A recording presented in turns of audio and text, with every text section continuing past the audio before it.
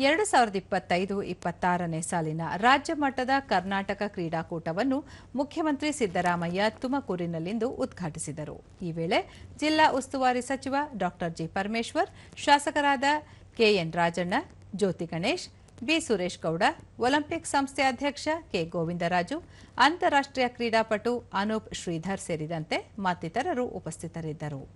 ಇದೇ ವೇಳೆ ಮುಖ್ಯಮಂತ್ರಿ ಸಿದ್ದರಾಮಯ್ಯ ಕ್ರೀಡಾಪಟುಗಳಿಗೆ ಕ್ರೀಡಾ ಜ್ಯೋತಿ ಹಸ್ತಾಂತರಿಸಿ ಧ್ವಜಾರೋಹಣ ನೆರವೇರಿಸಿದರು. ವಿವಿಧ ಜಿಲ್ಲೆಗಳಿಂದ ಬಂದಿದ್ದ ಕ್ರೀಡಾ ತಂಡಗಳು ಕವಾಯತು ಗೌರವ ಸಲ್ಲಿಸಿದವು. ಬಳಿಕ ಸಿದ್ದರಾಮಯ್ಯ ಎಲ್ಲಾ ರೀತಿಯ ಪ್ರೋತ್ಸಾಹ ನೀಡುತ್ತಿದೆ. ಸರ್ಕಾರಿ ಉದ್ಯೋಗದಲ್ಲಿ ಮೀಸಲಾತಿ ನಿಯಮ ಜಾರಿ ಮಾಡಲಾಗಿದೆ. ಹೀಗಾಗಿ ಕ್ರೀಡಾಪಟುಗಳು ನಿರಾಶರಾಗಬೇಕಿಲ್ಲ. ಪೊಲೀಸ್ ಇಲಾಖೆಯಲ್ಲಿ ಕ್ರೀಡಾಪಟುಗಳಿಗೆ ಕಾನ್ಸ್ಟೇಬಲ್ ಹುದ್ದೆಯಿಂದ ಡಿವೈಎಸ್ಪಿವರೆಗೆ ಶೇಕಡಾ 3ರಷ್ಟು ಮೀಸಲಾತಿ ನೀಡಲಾಗುತ್ತಿದೆ. ಉಳಿದ ಇಲಾಖೆಗಳಲ್ಲಿ ಶೇಕಡಾ 2ರಷ್ಟು ಮೀಸಲಾತಿಯನ್ನು ಕ್ರೀಡಾಪಟುಗಳಿಗೆ ಮೀಸಲಿರಿಸಿದೆ. ಒಲಿಂಪಿಕ್ನಲ್ಲಿ ಚಿನ್ನದ ಪದಕ ಗೆದ್ದವರಿಗೆ 6 ಕೋಟಿ ರೂಪಾಯಿ, ಬೆಳ್ಳಿ ಗೆದ್ದವರಿಗೆ 4 ಕೋಟಿ ರೂಪಾಯಿ, ಕಂಚು ಗೆದ್ದವರಿಗೆ 3 ಕೋಟಿ ರೂಪಾಯಿ ನಗದು ಬಹುಮಾನ ನೀಡುತ್ತಿದೆ. ಹೀಗಾಗಿ ದೇಶ ಮತ್ತು ರಾಜ್ಯದ ಕೀರ್ತಿಯನ್ನು ಎತ್ತಿ ಹಿಡಿಯುವ ಕೆಲಸ ಮಾಡಬೇಕು ಎಂದು ಕರೆ ನೀಡಿದರು. ಡಾ ಜಿ ಪರಮೇಶ್ವರ್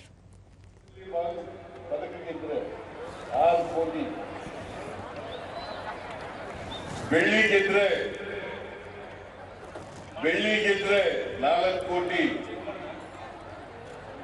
ಮತ್ತೆ ಕಂಚು ಗೆದ್ರೆ 3 ಕೋಟಿ.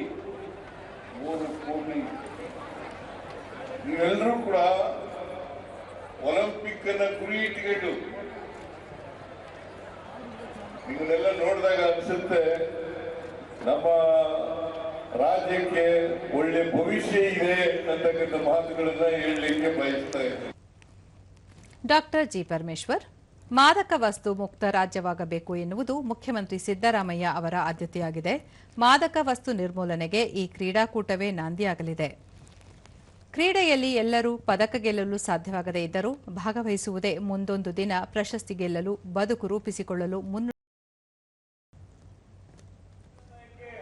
ನಿಮ್ಮ ಪೋಷಕರ ಬಯಕೆ.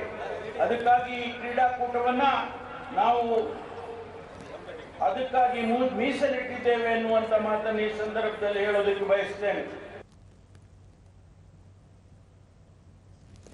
ಕೆ ಗೋವಿಂದರಾಜು ಸಮಾಜಕ್ಕೆ ಮಾರಕವಾಗಿರುವ ಮಾದಕ ವಸ್ತುವನ್ನು ಕ್ರೀಡಾ ಕ್ಷೇತ್ರದಿಂದ ಮುಕ್ತಗೊಳಿಸುವುದು ಮೊದಲ ಆದ್ಯತೆಯಾಗಿದೆ.